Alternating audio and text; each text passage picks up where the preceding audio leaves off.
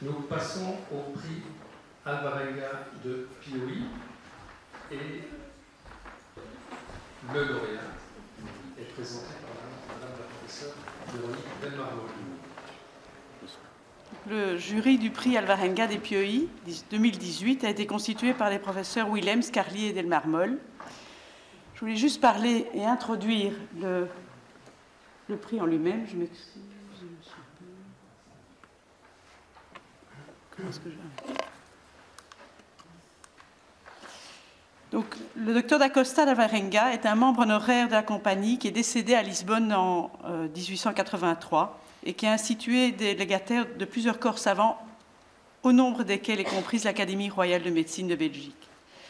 Le prix était cerné annuellement par l'Académie depuis 1988 à l'auteur du meilleur mémoire ou ouvrage inédit dont le sujet sera au choix de l'auteur sur n'importe quelle branche de la médecine.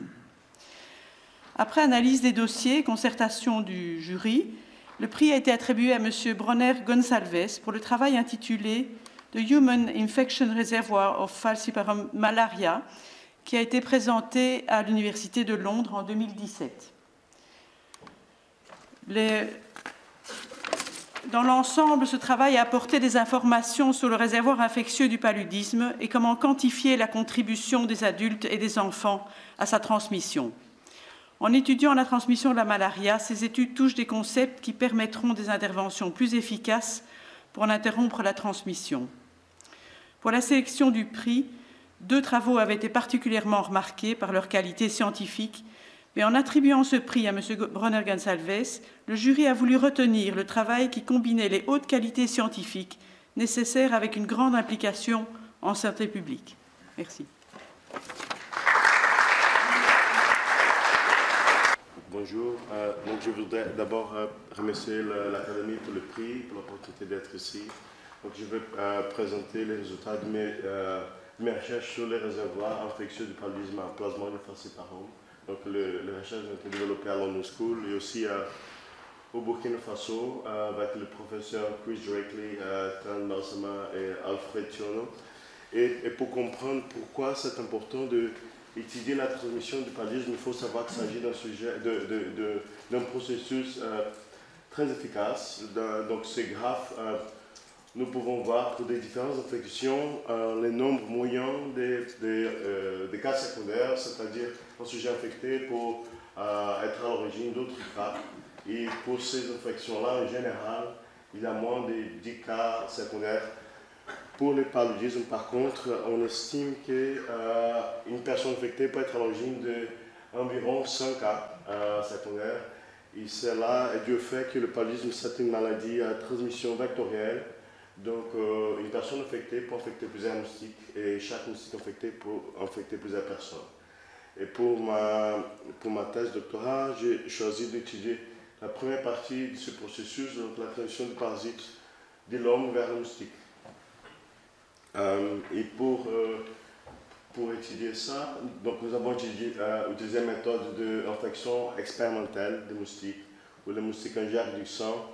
Et quelques jours après, nous testons pour savoir si le moustique est devenu infecté ou pas. Donc la photo elle montre un exemple d'infection expérimentale.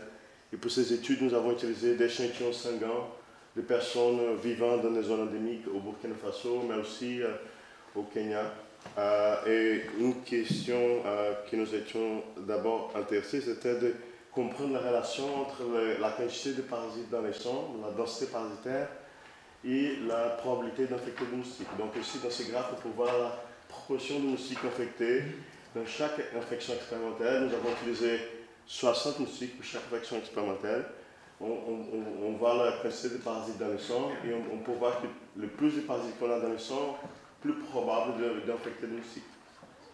Donc une deuxième question que nous étions intéressés, c'était aussi de savoir c'est qui infecte plus les moustiques. Ce sont des enfants, ce sont des adultes. C'est une question importante en termes de santé publique.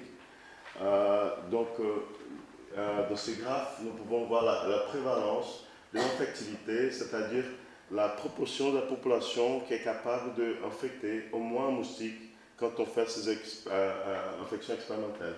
Donc on a le résultat par des différentes tranches d'âge et les différentes couleurs représentent des différentes villages qu'on a fait l'étude au Burkina Faso et au Kenya. Et en général, les enfants sont plus souvent capables d'affecter le moustique que les adultes. Mais pour transmettre le paludisme, donc il faut deux choses. Il faut d'abord être capable d'affecter le moustique, mais il faut aussi avoir des opportunités de transmettre le parasite. Donc, et ça veut dire en fait être piqué par le moustique. Donc par exemple ici, on voit une famille, l'enfant en rouge, il est capable d'affecter le moustique pendant son infection. Par exemple, il a reçu 3 piqûres de moustique et ces moustiques ont infecté d'autres personnes. Maintenant, si on imagine une autre famille où la personne infectée c'est un adulte et pendant son infection, il a reçu plus de piqûres de moustiques et ces moustiques vont infecter plus de personnes. Donc le nombre de piqûres reçues par quelqu'un, c'est très important pour la transmission et nous avons essayé de quantifier cela en collectant des moustiques dans des maisons, dans un village au Burkina Faso. On a génotypé les sangs humains dans les moustiques et on a comparé avec les sangs des personnes qui vivaient dans ces maisons. Et comme ça, on a pu savoir c'est qui un moustique a piqué. Et les résultats de ces travaux, c'est grave. Donc, pour voir le nombre de piqûres de moustiques par personne, dans 3 différentes études que nous avons faites au Burkina Faso, dans le même village, et les différentes couleurs représentent des différents tranches d'âge. Et en moyenne, les adultes ont reçu plus de piqûres que les enfants. Donc, pour conclure, dans ces études, on a trouvé que moins de 10% de la population était capable d'infecter les moustiques quand on utilise cette méthode d'infection expérimentale. Les enfants, ils étaient plus souvent capables d'infecter les moustiques que les adultes. Mais comme les adultes ont reçu plus de piqûres en moyenne, piqûres de moustiques, donc ils aussi ont contribué à la transmission du paludisme dans ces zones endémiques où on a fait les études. Merci beaucoup.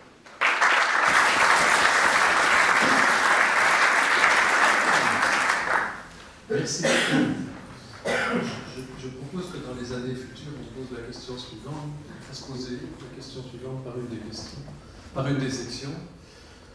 Pourquoi, quand il y a des moustiques dans notre maison, pendant la nuit, je suis piqué de nombreuses fois et mon épouse jamais.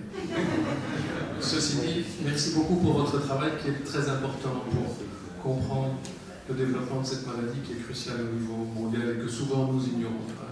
Merci beaucoup et félicitations encore.